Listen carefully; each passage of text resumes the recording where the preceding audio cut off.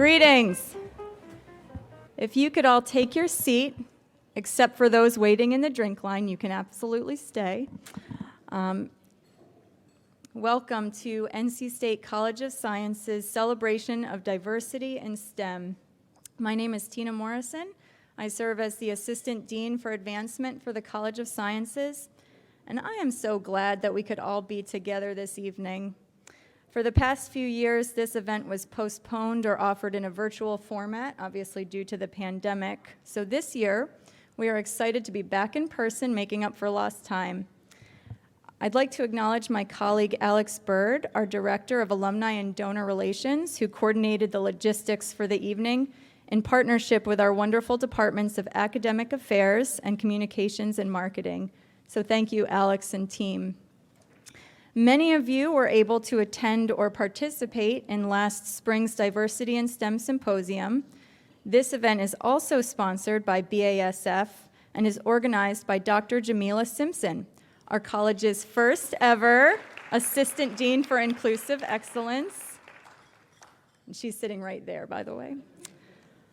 But tonight's dinner and presentation first began with a focus on women in STEM in partnership with our Women in Science and Engineering, or WISE program. Our Director of WISE, Dr. Catherine Titus Becker, is also here this evening. There she is. The celebration of diversity in STEM dinner has evolved over time to include all areas of diversity and mixes STEM students from across NC State with science leaders from BASF and NC State's faculty, alumni, supporters, and friends. This important event would not be possible without Karen Schmidt. She is a member of our Sciences Foundation Board and an alumna of the College of Agriculture and Life Sciences. Each year, Karen graciously advocates for this partnership between BASF and the College of Sciences. Thank you so much, Karen, and also to all of the BASF representatives in the room. If you are able, please stand or raise your hand so we can recognize you.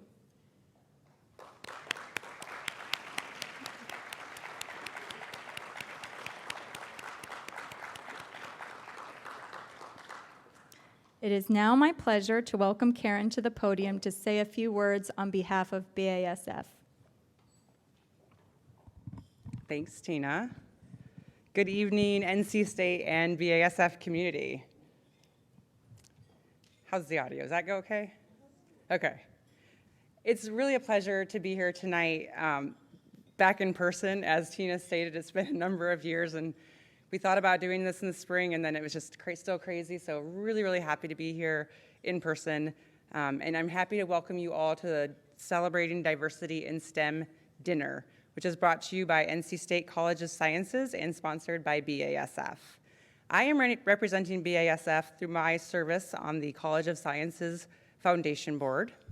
And through this partnership with the college, we are truly honored to sponsor this dinner and would like to thank everyone involved in organizing this event. I'm incredibly excited to hear our keynote speaker, John Samuel, who will discuss how to remove barriers that hinder people with disabilities from accessing education, retail, entertainment, and employment. We have had many excellent speakers over at our past events. We've been discussing them earlier tonight, and no doubt John will add to this prestigious list. As Tina stated, this collaboration between BASF and the college has been in existence for approximately 8 years, where some form of a dinner or networking event has been held annually and a symposium every 18 to 24 months.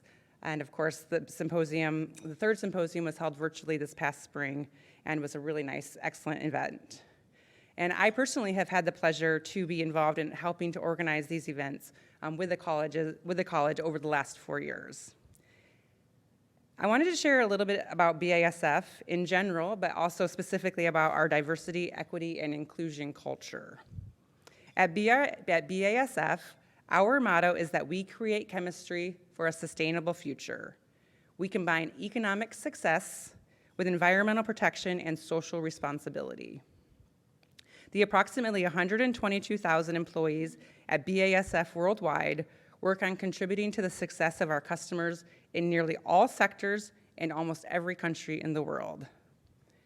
Our chemistry makes us unique, And at BASF, many specialized areas work together as one. And behind that one stand many people with different backgrounds and perspectives, coming together to solve challenges that deliver solutions for our customers and society. These differences are key to our success. We are committed to making BASF a place where all individuals are seen, heard, and valued, a place where you can be yourself, where you can grow, and where you can thrive. As I mentioned, we create chemistry for many industries. However, most of the BASF team here today are associated with our Agricultural Solutions Division, which is headquartered in Research Triangle Park, North Carolina. And the BASF group here today is a cross-section of employees that are involved in STEM jobs, as well as our professional development program, and many are involved in our diversity, equity, and inclusion culture that includes our many employee resource groups, or ERGs. BASF has numerous programs in place to ensure employees have proper support and outlets to voice concerns and feel included.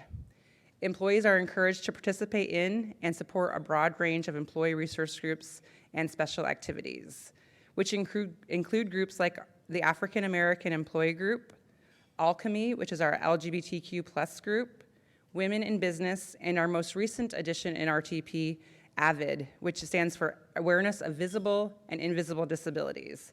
So very appropriate for tonight's discussion. And we also have many others that people participate in. In fact, ERGs represent the strength of BASF and provide employees a way to network and get support. Approximately 8,000 employees, or 40% of our workforce in North America, participate in ERGs and that celebrate and promote diversity, helping to make inclusion a hallmark at BASF. We have programs with a special emphasis on diverse leaders by sponsoring mentorship programs. We ensure diverse applicant and interview panels, and we actively support and sponsor diverse and inclusive internal events as well as out in our community. We are happy to share strong core DE&I values with NCSU and the College of Sciences as well, and it's really why we are so proud to sponsor this event and the others that we do. We truly value this partnership and appreciate the work across both organizations. Thank you for the opportunity to share a few remarks with you, and more importantly, thank you so much for joining us tonight. Please enjoy the evening, enjoy your dinner, which will, I think, now be served momentarily, and then the formal program will begin immediately following dinner. So I'll end with the hashtag #BelongAtBASF. Thank you. It is now my distinct honor to introduce you to tonight's keynote speaker and my personal friend, John Samuel.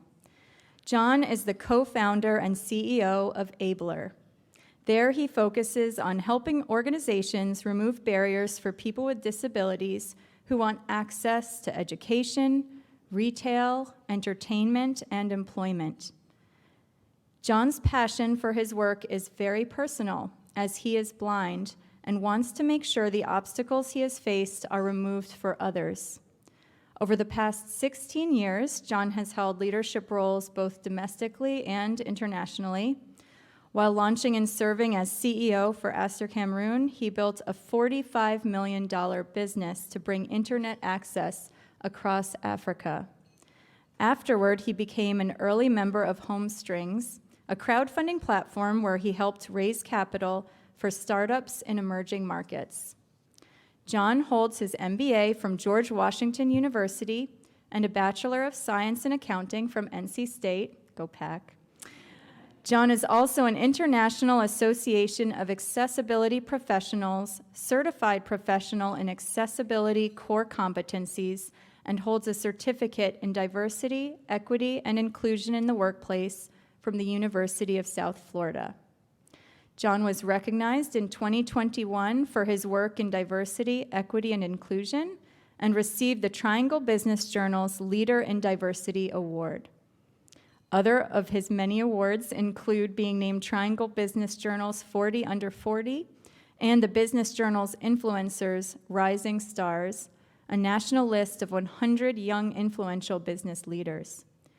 John is also an angel investor in 321 Coffee, a company whose mission is to provide employment for people with intellectual and developmental disabilities. He also serves on the board of directors of Aravind Eye Foundation, the world's largest eye care provider, and the United Arts Council of Raleigh and Wake County. Whew, I'm getting tired just reading this. John is married to Nicole Samuel, who he met in business school, and they have 2 sons, Eli and Ethan. They live in Cary, North Carolina, which is John's hometown, and the same place he never thought anyone who is blind could ever live. Please join me in welcoming our speaker, John Samuel. Test, test. Hi. Well, I'm quite embarrassed. I did not expect that whole thing to be read, but thank you. And I do have a couple of, Tina and I have kind of marked out where I can stand and kind of be. So let me know if I go out of this area and if I go too far this way. That's where you need to tell me. Just let me know, because that's the big issue. But no, but thank you, Tina. It's very kind of you to have me here. I'm honored to be here at NC State again. But I have a couple questions I want to ask y'all. How many of you like attending networking events? And since I can't see you, I'm going to ask you to please clap or participate in any way you can. Okay, all right, that's good. And so how many of you actually think you're good at networking and meeting people? Well, I actually hated attending networking events, and I was terrible at meeting new people. You see, when before I had a cane, and I'd go to these events, I often would bump into tables and chairs, and people would think I was drunk. And then when I was just standing still, people thought I was a jerk because I didn't smile at them or shake hands with them. So when I did get a cane, I thought everything was going to change. I thought, oh my gosh, people are going to be like, oh, he can't see, that's why he doesn't make eye contact. I'm going to come over and talk to him. Nope, that did not happen. It was the complete opposite. It was like this cane became this barrier that people didn't want to cross. And so, that issue I had wasn't the same for my colleagues who had guide dogs. And it was like, what's that guide dog doing? Is it making eye contact with people that they just want to come and talk to this dog? But even though the dog is working, people could relate to this dog, and they would come and talk to the handler of the dog. And so I started wondering, I was like, I can't add eyes to my cane, but what can I do to make my cane more approachable so that I can have those authentic conversations that I craved? So I had an idea. How many of you remember an old TV show called Pimp My Ride? All right. So Pimp My Ride, if you don't know, was a TV show in the early 2000s that was on MTV, and it was hosted by the rapper Exhibit. And Exhibit would come to your house, and he would grab your keys and take your beat-up old car and take it over to West Coast Customs, where they would pimp it out. And when I say pimp it out, I mean pimp it out. They added TVs, they added hot tubs. I even saw flamethrowers one time. It was amazing. And so, I thought, what can I do to pimp my cane out? And I started thinking about what can I do? So I came up with this idea of doing Pimp My Cane, and we could do a design competition. And that's when my friend Sharon, she's like, oh, my kids, I told them the idea. They thought that was cool, but they said pimp's no longer the word. Kids are saying drip. So it's like, drip is the new word. So I'm like, okay, I gotta get some drip. So we're gonna call this Drip My Cane. So in 2020, we launched a design competition called Drip My Cane, and we had designers from all over the world submit designs. And it was a success. And so actually, we did it again in 2021, and this is actually one of the designed canes that that came out. It's from Brazil. It's amazing. But today I'm standing up here. I'm talking openly about my use of a cane. I'm talking about my vision loss, but that wasn't always the case. You see, I wasn't always blind. As in my bio, we talked about I'm born and raised in Cary. I went to Enloe High School in Raleigh. But when I was in high school, I started to notice changes in my eyes, but I didn't know what was going on. When I was playing basketball, I just thought, I'm never going to the NBA, so maybe that's why I'm not a good basketball player. When I was driving, my buddy John, he used to drive around because I just thought I was a bad driver. And then when I couldn't see things on the board, I just thought maybe I'm just a bad student. Maybe I just don't get content. But when I was a freshman in college up in Richmond, Virginia, at Virginia Commonwealth University, I started walking into a lot of things. And I noticed that something is seriously wrong because my shins were constantly cut up and bruised, and they looked like a Jackson Pollock painting. And so I got tested, and I was diagnosed with a degenerating eye condition called retinitis pigmentosa, or RP for short. And I was told I was going blind. And as an 18, 19-year-old kid, it was devastating news. And the first things that went through my mind were, what girl wants to be with a guy who can't see? What kind of job can I have if I'm blind? And where can I live if I can't drive? These questions and many more constantly consumed me, and my actions led to me failing out of college. But I was ashamed and embarrassed to tell my friends that I had failed out and that I was going blind. So I moved back home to Raleigh and moved in with my high school buddies who were going to NC State. And to keep up with impressions, I enrolled in classes through a continuing education program at the Mcgann Center, and I was able to take a couple classes every semester. And eventually I took so many classes, they had to let me into a full-time program. And so I graduated. But as I was going to NC State, as many of you know, there's not much public transportation, and I was forced to drive. And it wasn't safe for me or others on the road. So I decided to move out to Bangalore, India, because I knew I could get a car and drive it pretty easily after graduation. And so I moved out there. And although I am of Indian heritage, I just didn't feel that sense of belonging in India. And I decided to come back home to the US and move to New York City. And I thought New York was gonna be the best place ever, right? They had this robust public transportation system. They had this fleet of taxis on my beck and call. And not to mention, if I bumped into someone on the street, there was nothing more New York than just putting your head down and keep walking. So that's the place for me. But I was working for the city of New York, providing financial education for city employees during the recession. And I was living paycheck to paycheck. But when I looked around at my friends, they were on different career trajectories. Many of them were moving up in their company, they were going to grad school. And here I was working for the city, and I was starting to even have trouble seeing content on the computer screen. And I found this little Microsoft magnifying mouse that helped me do my job, but I just didn't see a real career ahead of me.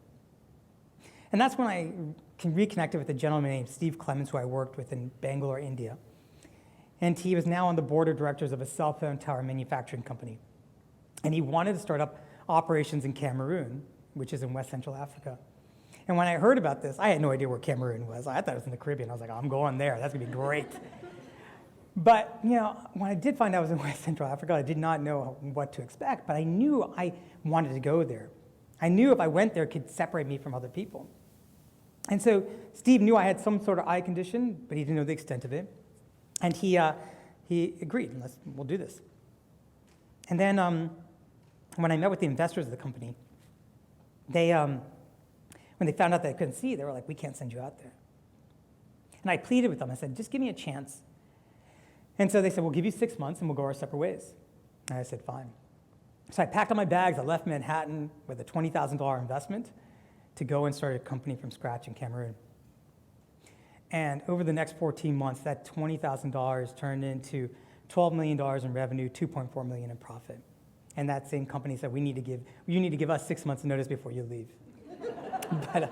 But over the next 3 years, I spread that company across the continent. And even, I had accomplished my business goal, and I had a personal goal. I wanted to climb Mount Kilimanjaro, so I did that. And even though those two things are some major accomplishments, the biggest accomplishment I ever had was when I was able to read a book for the first time in nearly 5 years. That was when I first got my first iPad. And the accessibility features built in allowed me to zoom in and invert the colors. And that was game-changing for me. And now, with a track record of starting a successful business, climbing mountains, and being able to read, I thought I could go back to grad school like my friends. And I thought there's only 2 cities I could possibly live in, New York or Washington, D.C. And so I started reaching out to different business schools in those cities, and I got this canned response from everyone. Thank you so much for your interest in our university. You can find out more information online. And I was like, okay, that's great. But George Washington University actually sent me a letter from their MBA office. They said, our associate dean would like to talk to you. Here is a guy who barely got out of high school, failed out of college, and took 6.5 years to graduate, and I'm getting a dean wants to talk to me. And it was like the most amazing experience. And so I spoke with her, and she's like, I want you to come out and visit us and meet with my research assistants. So I did. And I was in DC, and it was amazing. It had great accessibility. There was a diverse population. And the folks that I met in the college were great. But I was like, I'm already here in DC. I'm going to go check out Georgetown. It's just a mile away. So I went over to their MBA office, and I walked in, and I said, hey, I just came in from Africa. I'd love to learn more about your program. And they said, oh, that's great. You can find everything online. I was like, all right, that's great. So I needless to say, I didn't apply, and I was like, I'm only going to apply to George Washington University because I didn't realize what a sense of belonging really meant until I was at my first orientation event at my MBA program. Because I was at an event where they had name cards where you're supposed to go sit, and I couldn't see where I was supposed to go, so I turned to the person next to me. And it happened to be the associate dean of the business school who had recruited me. But she had no idea I couldn't see because I never disclosed it. And she could empathize with what I was going through because she actually had a child with special needs. And she said, you got to be open about your vision loss with your classmates. And I often say that was the first time I could be my authentic self, and I could actually talk openly about who I was. And I was able to open up my heart, and I met my wife, Nicole, in the program. And although I was now open about my vision loss with my classmates and my peers and my friends, I still thought employers would see it as a liability, so I didn't disclose. And as my classmates were getting big offer letters and joining big companies, I was struggling to even just complete an online application because many of them just weren't accessible to me. And I can honestly say that brought me to tears more than once. But I eventually landed on my feet with an emerging market crowdfunding platform where we raised capital for startups in Africa, Eastern Europe, and other areas. But 3 years later, that company folded, and I was out of a job again. But this time I wasn't alone anymore. I now had a wife, I had a baby, and we had just built a house in DC. And if you have any of those three things, you know that's not cheap. And so the stress of it all started causing my sight to go even faster. And I could no longer see the computer screen, even using my inverted colors and using the magnification. And I thought my career was over. And that's when I heard about this software that was developed at SAS, the data science company. And they had designed this application to help people who are blind and low vision visualize graphs and charts using sounds. And I thought it was so cool. But the coolest thing about it was that it was designed by a gentleman named Ed Summers. And Ed Summers had the same eye condition as me and lived in my hometown of Cary, North Carolina, the same place I never thought anyone blind could ever live. And up until that point, I had never met a blind person. I was like, I got to meet this guy. So I tried for months to get in touch with him, but no luck. Finally, my wife's like, well, if he can live in Cary, maybe we can too. So we found a house online, and we told my folks. My dad got so excited. My dad immediately jumps in the car to go look at this house. And as he's driving, he's talking to us. And he starts yelling at something. I'm like, what are you doing, Dad? He's like, oh, there's a blind guy on the road. Maybe it's the guy you're trying to get in touch with. Dad, please don't yell at blind people on the road. And he's like, all right, gets out of the car and walks over to this poor guy. And he goes, you Ed Summers? And the guy says, yes, I am. And my dad puts the phone in this poor guy's ear, and after apologizing profusely, he agreed to meet me. And I came down that next weekend, and a 30-minute conversation turned to 3 hours, and had introduced me to the world of accessibility. But more importantly, he showed me that my career wasn't over and that my dreams of being an executive weren't dead. And so Ed gave me a couple pieces of advice. He's like, if you want to continue your career trajectory, you're going to have to learn as a blind person. And you're going to have to start opening up about your disability and talk to employers about it. There's all these DEI programs around. You should reach out to them. So over the next couple months, I started training myself on how to use a screen reader, the assistive technology that blind individuals use to navigate digital content. And then I started reaching out to any organization in the Triangle. This is in 2017. Any organization that had a DEI program, I started reaching out. But not a single organization got back to me.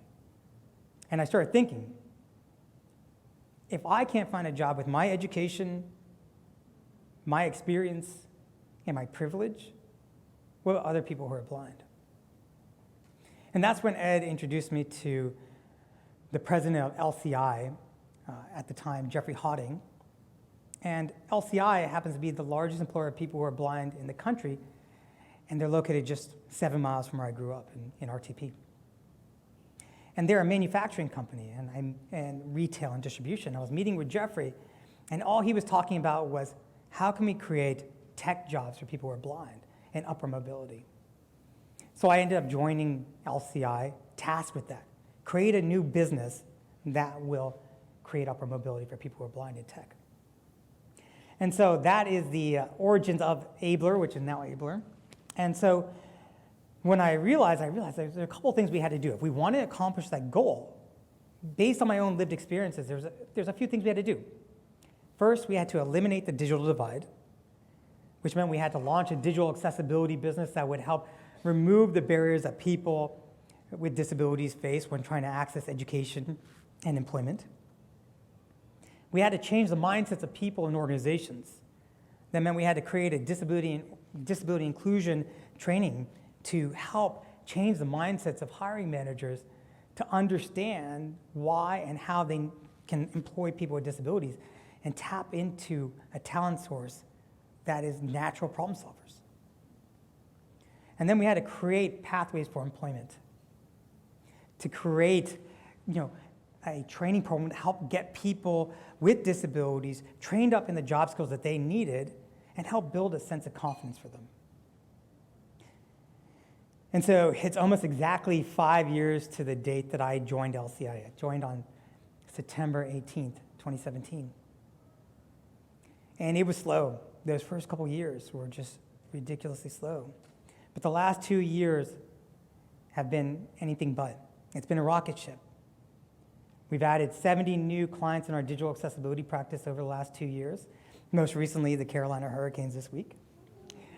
We actually just completed a pilot program with the North Carolina Community College Systems Office to get our disability inclusion training program rolled out to their faculty and employers so that people with disabilities going to the community college systems now have people who can understand their challenges. And then the thing I'm most proud of and excited about is that this month we launched our workforce development program in collaboration with the North Carolina Division of Services for the Blind to launch a workforce development program to get people who are blind trained to become digital accessibility testers and start a career in tech. These are just, some of the exciting accomplishments. And I'm so proud of them and my team. But what I'm really here today is to challenge you all to get comfortable with being uncomfortable, to remove the barriers that are stopping you from helping others to open doors. Because if you do that, you just might find your own drip. So thank you all.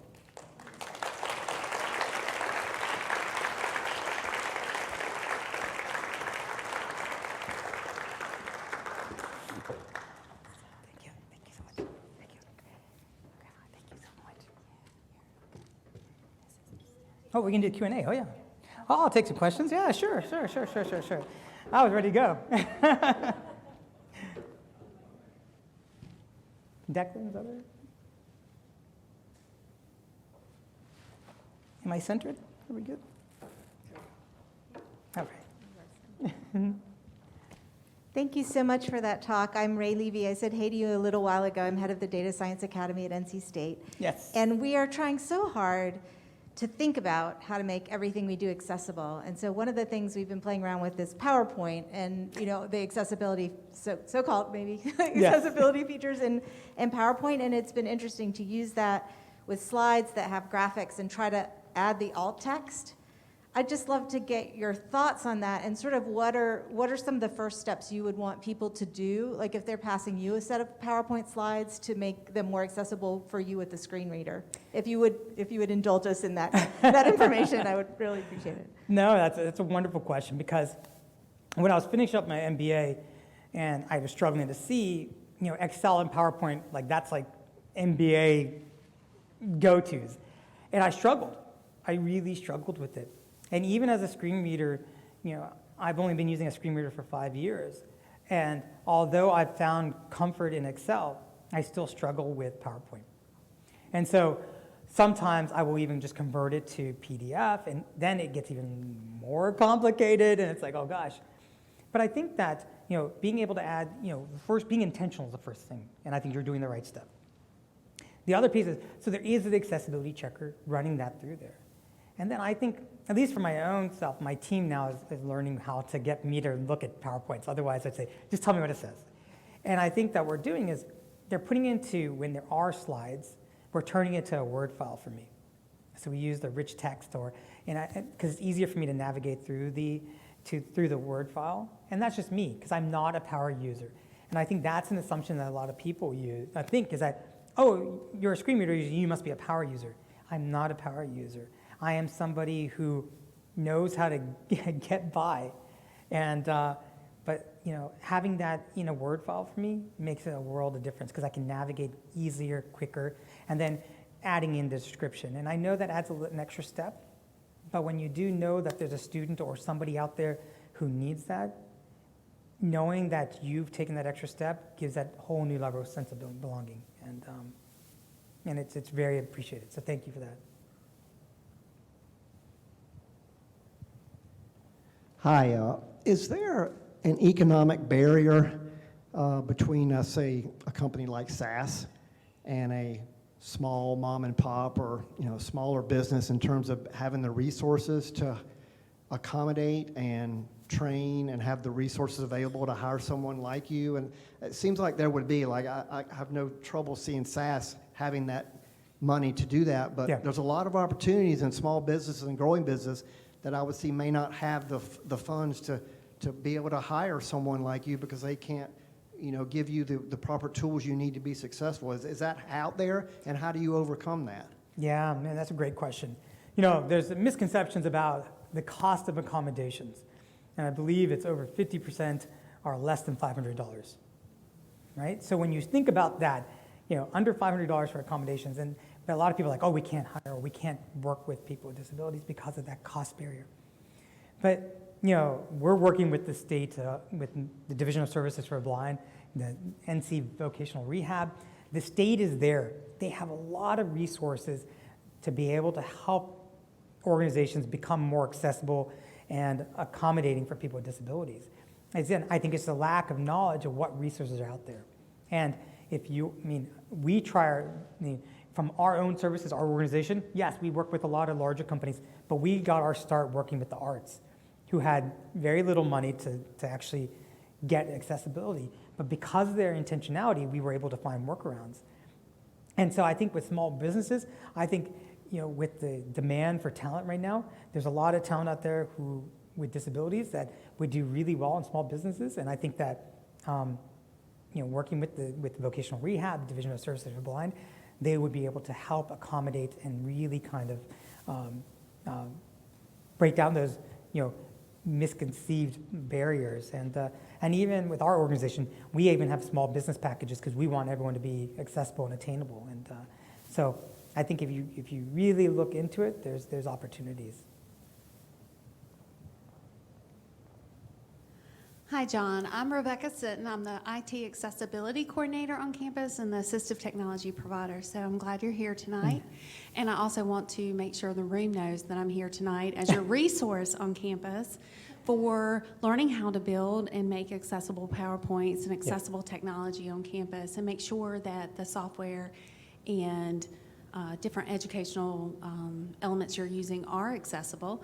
I appreciate and love that you're using Division of Services for the Blind to develop a group of individuals that can test the digital environment because we have an automated checker. Yep. And I do manual testing for accessibility on campus, but I know not everybody has that skill. And I really, really, really appreciate the work you do. And I love Ed Summers, and I've worked with him many, many years now. So I just want to make that announcement in the room that you can always email accessibility@ncsu.edu, Yep. and we can answer your questions and find you assistance. That's wonderful. Because I remember Crystal used to be here, I think, many years ago. Yeah, so Crystal was a dear friend, and she actually joined when I joined at LCI at that time. And, you know, I think you're all using Pope Tech, the automated tester. And, you know, we work with Pope Tech quite a bit. But a lot of people think that the automated solutions are the only solution. But I'm so happy you're doing manual testing, because unless you actually have manual testing, things can be accessible, but they may not be usable. And that's something you've always got to be considerate about, is to make sure that, you know, you may feel like you've checked the box with being accessible, but, you know, going that extra step to make sure that's usable is critically important.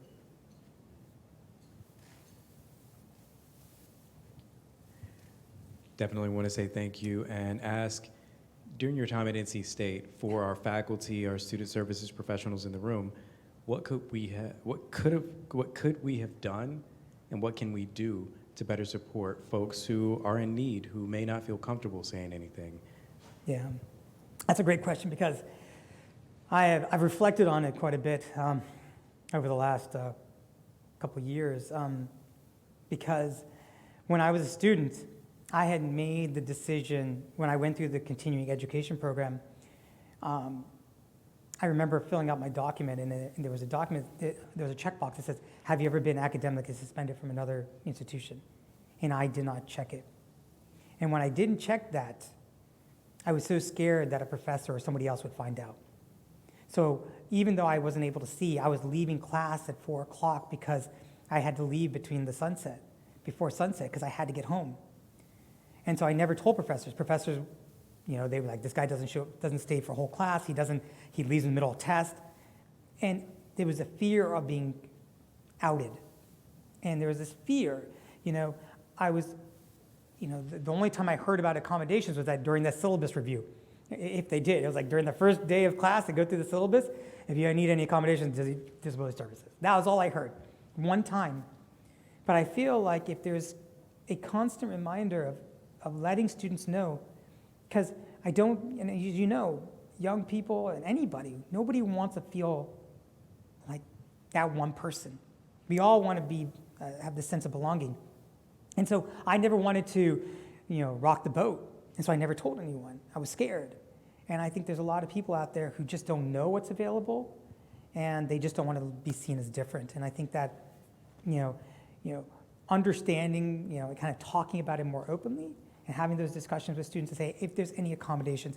And again, leading with a, when you're making those, talking about it, lead with an understanding that people may be uncomfortable talking about it. And I think if you're intentional about making sure that students know what's available, what resources, I think that's the first step.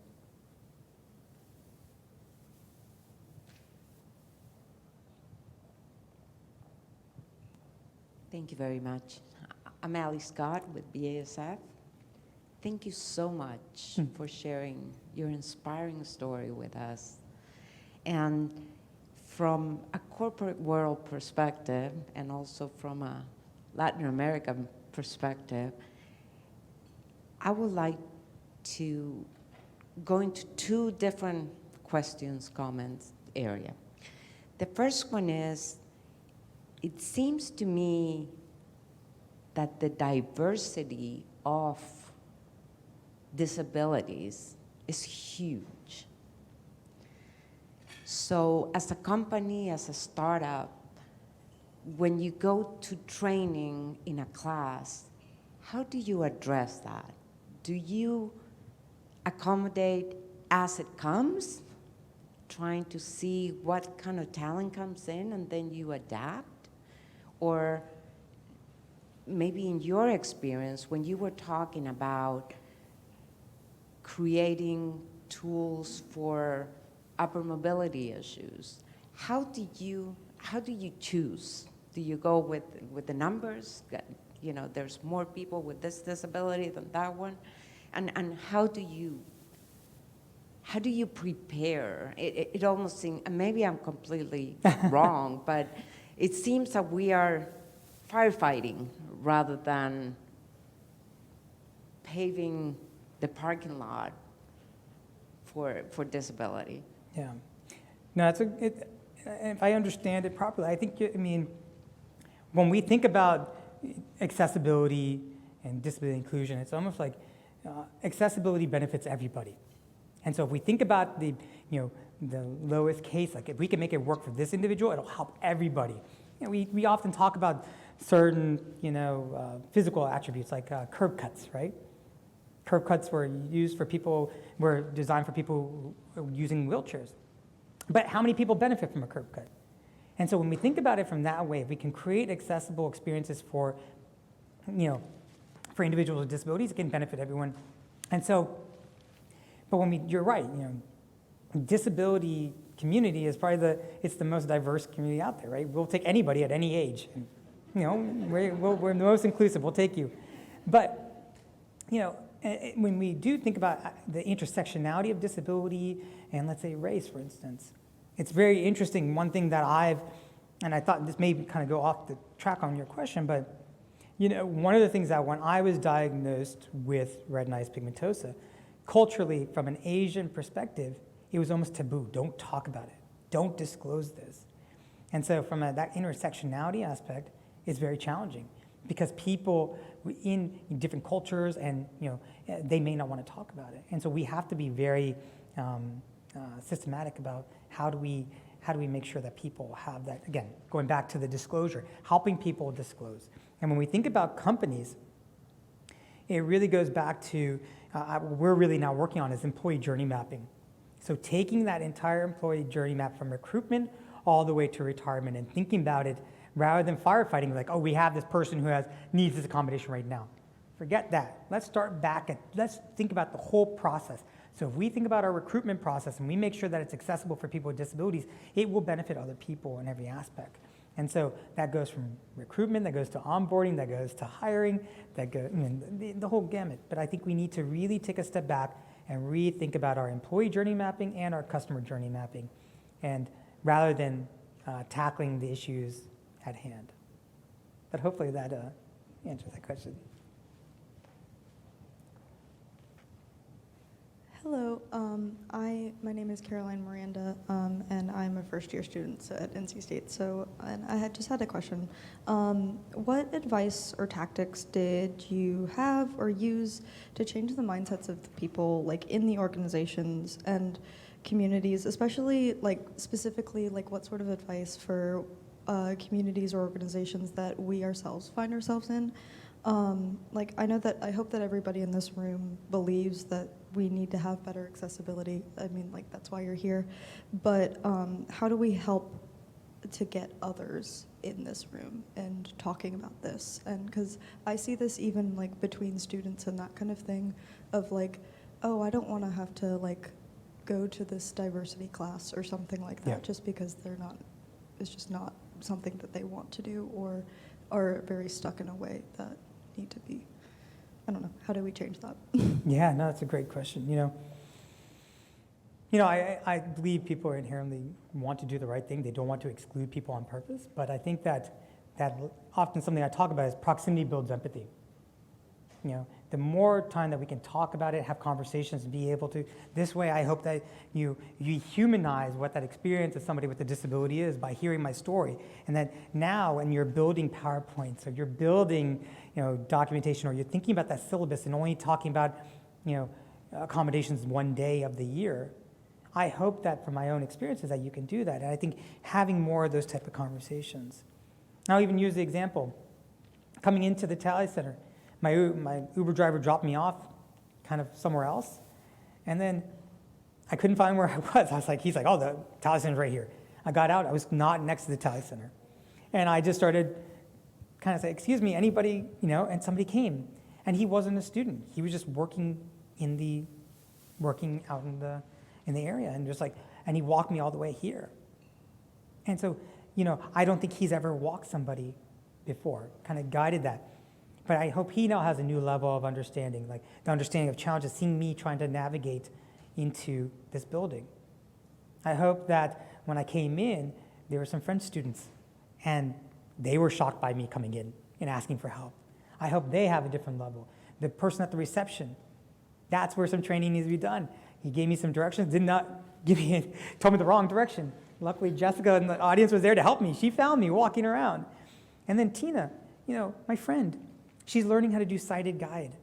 Those are the type of things. It's that proximity builds empathy. The more exposure, that we have I think will change those things. And we can't expect people to go to a class and learn everything. But the more that we can open up conversations, real authentic conversations, and having more people with disabilities, being out and open, making sure that it is accessible for people to participate in events, that's how we're going to change things. That's a great question, though. Thank you.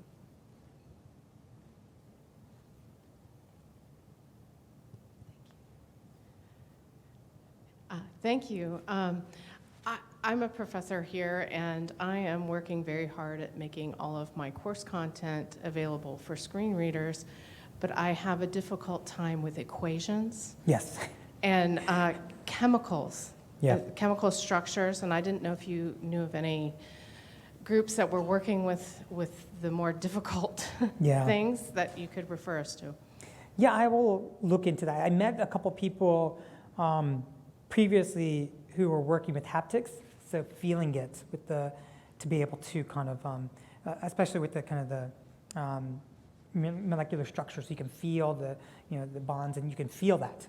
And there's some, but the equations, I know there's some people working on it, and that has been just, that is a serious issue, and that's why people like Ed Summers out there are amazingly smart, trying to make, mathematics and STEM careers available. But I will look into it, and I will touch base with Tina and the team and get you those resources.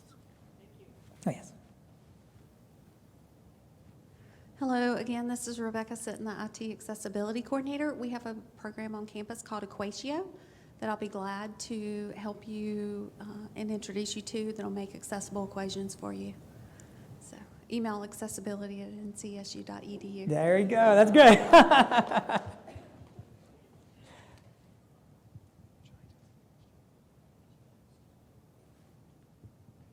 I have a little bit different problem in this case since I'm not a faculty member at NC State. I'm actually a community college instructor. Theoretically, I'm retired. The biggest problem that we have with PowerPoint is its lack of real ability to understand equations, graphics, and a whole host of other things. And there's not any publicly available tools out there at this point that allow us to essentially overcome those problems. Another thing which is a common problem when I look across campuses, and I'm actually teaching on 2 different campuses, our learning management systems need to be substantially upgraded. They are not accessible for many of them. Yeah. And I've seen Canvas and various implementations of Moodle, and some of them are pretty bad. Yeah. Yeah. The learning management systems are a significant issue. And not just learning management systems, but all of these like core function systems that we use, whether it be HR systems, whether it be finance systems. And so that's why it's important as an organization, the colleges should come together and use their dollars to make more accessible content. I mean, telling these vendors, we will not purchase it unless it's accessible. And so actually, I think last week, an organization called Disability In, their new chief accessibility officer came from Fidelity Investments. And for the last couple of years, he had been working with many of the largest companies in the, in the country to be able to say, look, we need to come together and we need to create a program called Procure Access. So our procurement processes now will include accessibility. We will not purchase anything that's not accessible. And put the pressure on, the blackboards and put it on the, the canvases and say, we need this.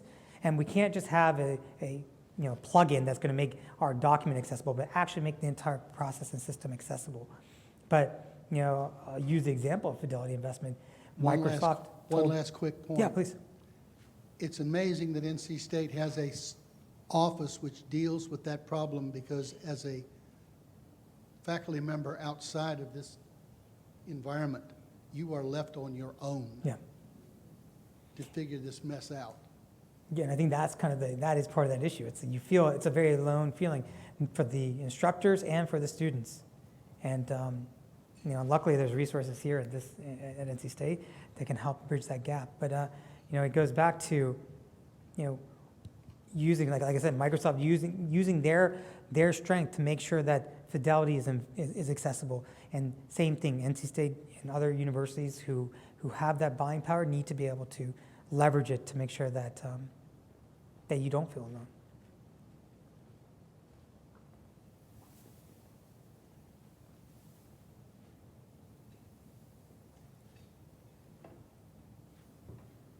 Any final questions for John? We have time for about one more.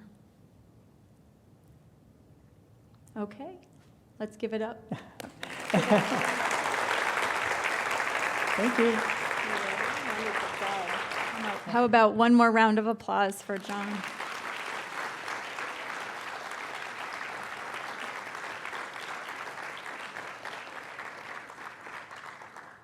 John, thank you so much for your moving presentation.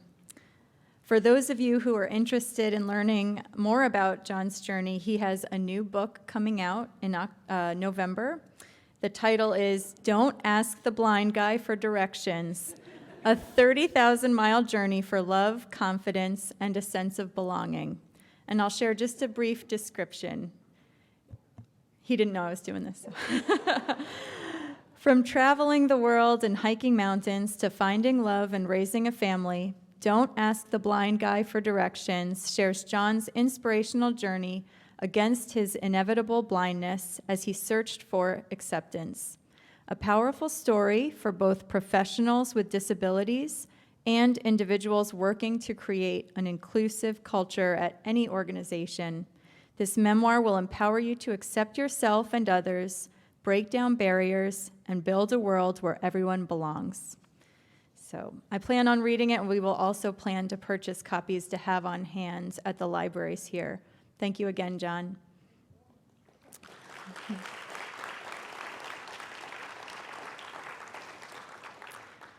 It's now my honor to introduce you all to Joanne Blumenfeld. In 2014, Joanne launched an outreach program within the Science House called Catalyst in the College of Sciences. It aims to open STEM opportunities to high school students with disabilities.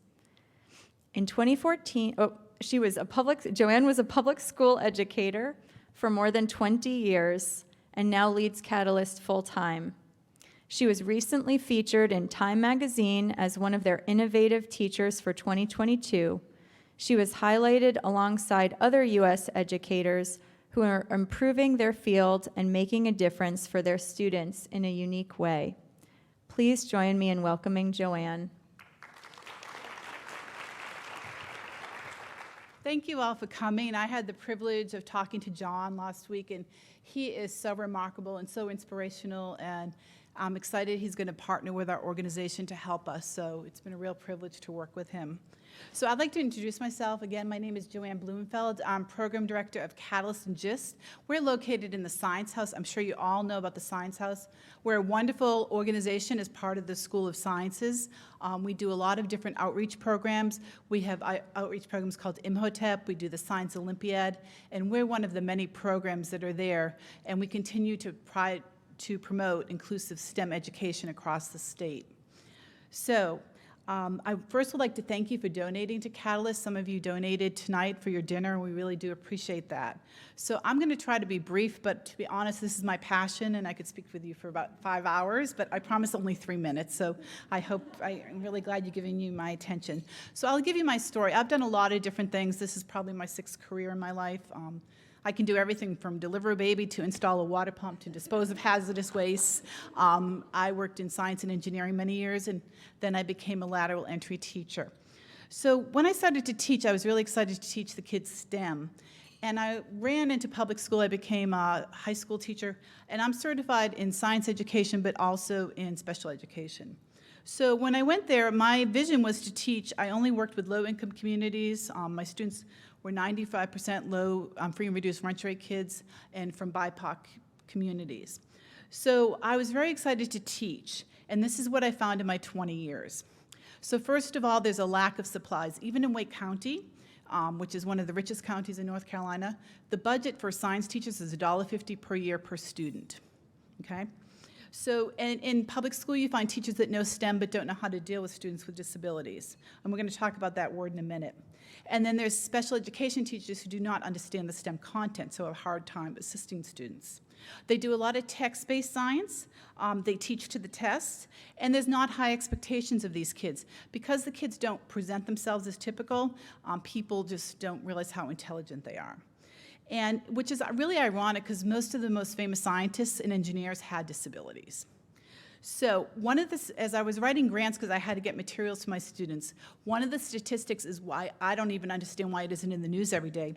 80% of people with disabilities between the ages of 24 and 64 are unemployed. Think about that. That gives them no inclusion in the work world. It leads them to a life of poverty. And I always say people with disabilities are the most underutilized resource in this country.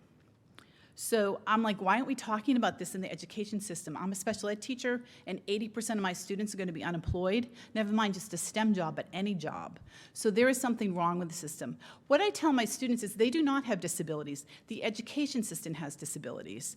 It is not them. I don't even like that term. So the real issue is I work a lot with NASA. We've been invited to NASA in April, but that's another whole conversation. So I'm happy to talk to you about that. But Tracy Minish, who is Mission Control Manager at NASA, he's visually impaired.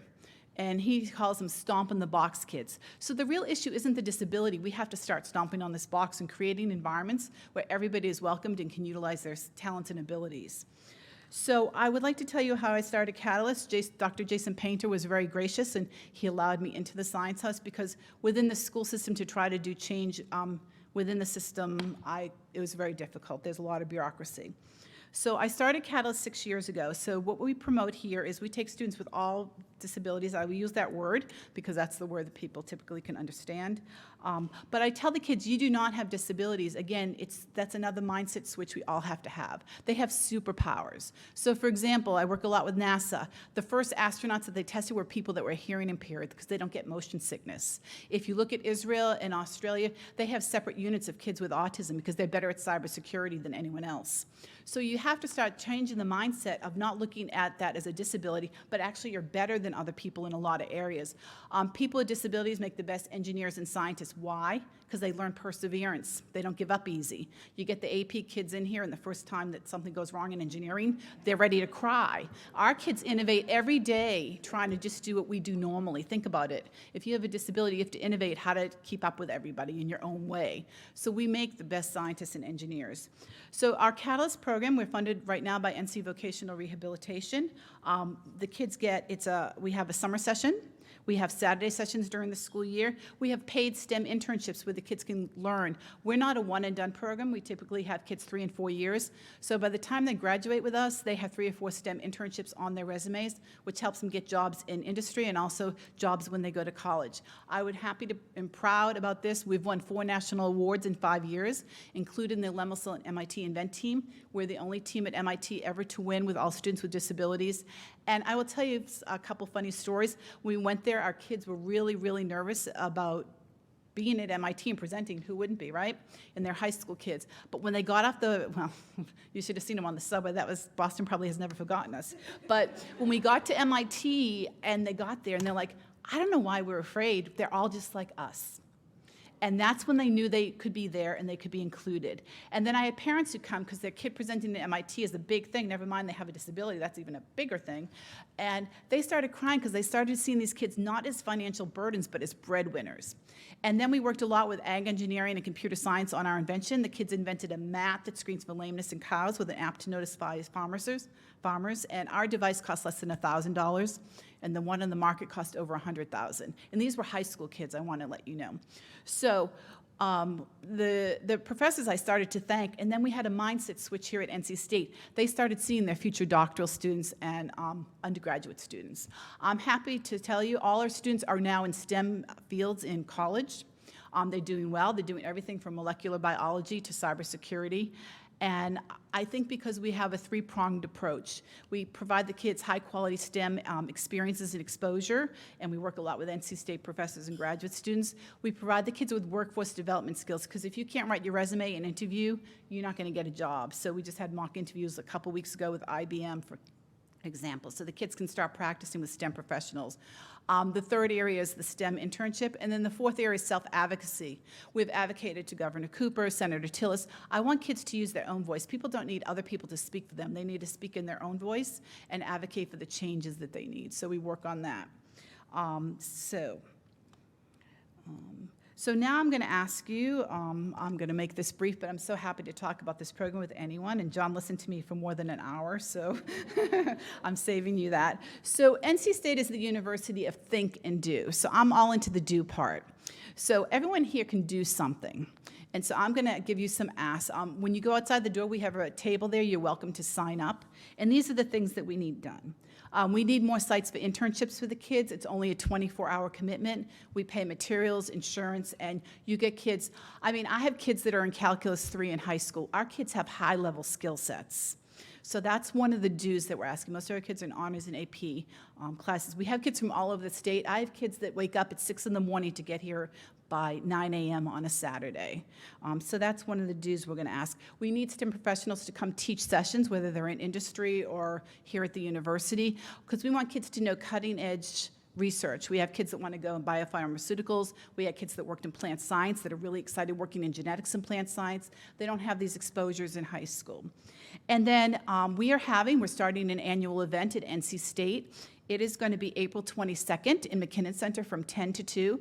It's called Reach for the Stars and Be a Star. So it's going to be a STEM fair for middle and high school students across the state, North Carolina, with disabilities. I forgot to tell you this statistic. In North Carolina alone, we have 220,000 kids with disabilities in public schools. So we're talking about a lot of kids. So we're inviting them here to McKinnon Center to show them that they not only can reach for the stars, but become one. So we're looking for people that will host booths and also teach them educational pathways, and that they are welcome in your companies and industries. So we hope a lot of you will come help us. So I appreciate your time. The other program I will mention quickly, we got our first National Science Foundation grant. It's called GIST, Exposing Students with Autism to Geographical Information System Technologies, and the kids are learning drone pilot and GIST technologies, and we want to have them work there. So these kids are your future students. We have a deficit in the STEM workforce, and right now I have the greatest natural resource that we have in this country we're not utilizing. So I'm asking all of you to do something. I'm a former Peace Corps girl, and when I went into the Peace Corps course, you think you can save the world, but everyone here can save one person, and I mean that not necessarily save them from drowning, but help them be successful in their lives. So I hope all of you will make a commitment to do something for our kids, and please sign up outside as you leave. And I really thank you for your time, and I hope John inspired you all to do more, whether you do it with our program or any other program. And thank you so much for your time.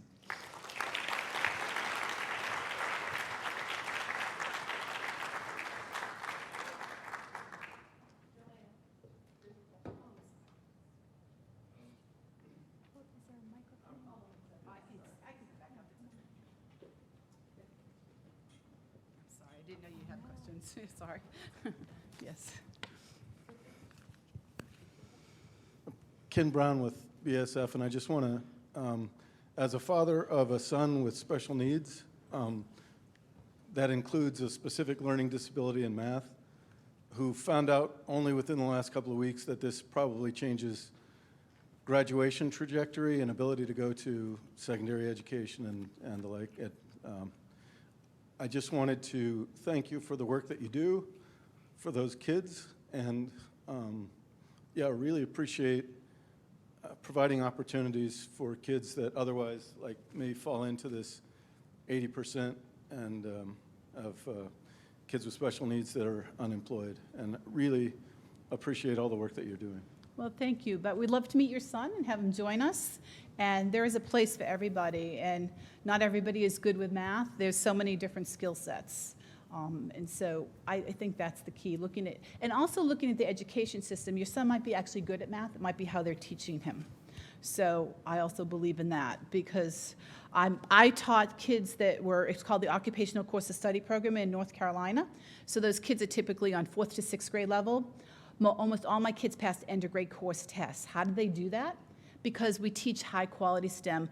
I shouldn't talk about, I don't mean like this way, but one time when I received a special ed award, I actually got up there and said, I hope one day there are no special ed teachers, because the truth of the matter is we need teachers that can teach all learners. They're all our kids, and even though I'm certified in special ed and science, we need science teachers that can teach every kid, because there are a lot of big brains out there. It's how we're teaching them. People don't have disabilities. The system has a disability, and everyone has a place in it, and that's the mindset we have to switch. So, and we want the kids to understand that too. That it's okay if you learn differently. It's just we have to have better educators and different ways of teaching kids. So please have your son call me. I'm so happy to. Seriously, I mean, the kids are great. We love it. Yeah, well, thank you. Thank you so much, Joanne. And we'll be sure to share more information about how we can all be thinking of what to do in support. At this time, I'd like to introduce the Dean of the College of Sciences, Dr. Chris Mcgann, to give closing remarks. Dean Mcgann has been a champion for increasing diversity, equity, inclusion, and accessibility at the college, and we are so grateful for her tremendous leadership. Please join me in welcoming Dr. Mcgann. Thank you, Tina, and thanks so much to John and Joanne. I am humbled and inspired by your words tonight and your work. It's just really amazing stories. And so many of you know that last semester we launched the first strategic plan for the new college, and we have an accompanying culture charter for the college. The plan includes the following vision statement. We are urgently expanding equity, public participation, and discovery in science, so that anyone can contribute solutions to our world's greatest challenges for a sustainable, data-driven, and just future. I think this vision speaks directly to what this event and our college is all about.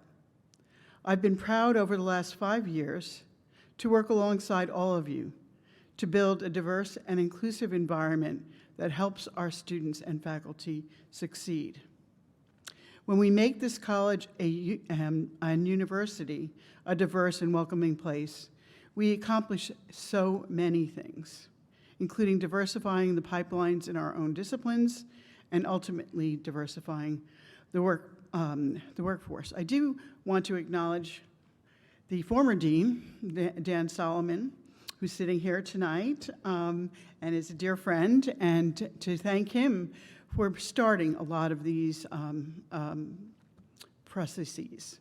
So thanks, Dan. It's great to see you tonight. I'm so glad that you came.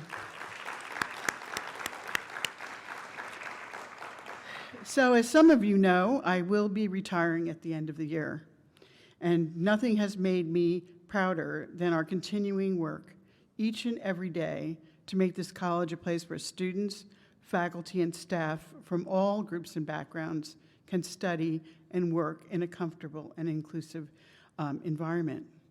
I've been at the university for 40 years, the first 35 years at the College of Veterinary Medicine, and now here 5 years as dean. And I know it's time for retirement, but it's been such a wonderful journey here, and I've loved every year of it. I've been very, very lucky. So everyone here tonight has contributed to our success. Thanks to all of you for attending tonight. It's such a great group of people, and so many things to think about, so many things that we can do together. So thank you for everything you do to make this a welcoming place for all. I think that we're feeling it more and more as the years go by, with so many people working on this topic. So that concludes our program tonight, and somebody at each table should take the flowers home with you. And thank you for coming, and please have a safe drive home. Good night.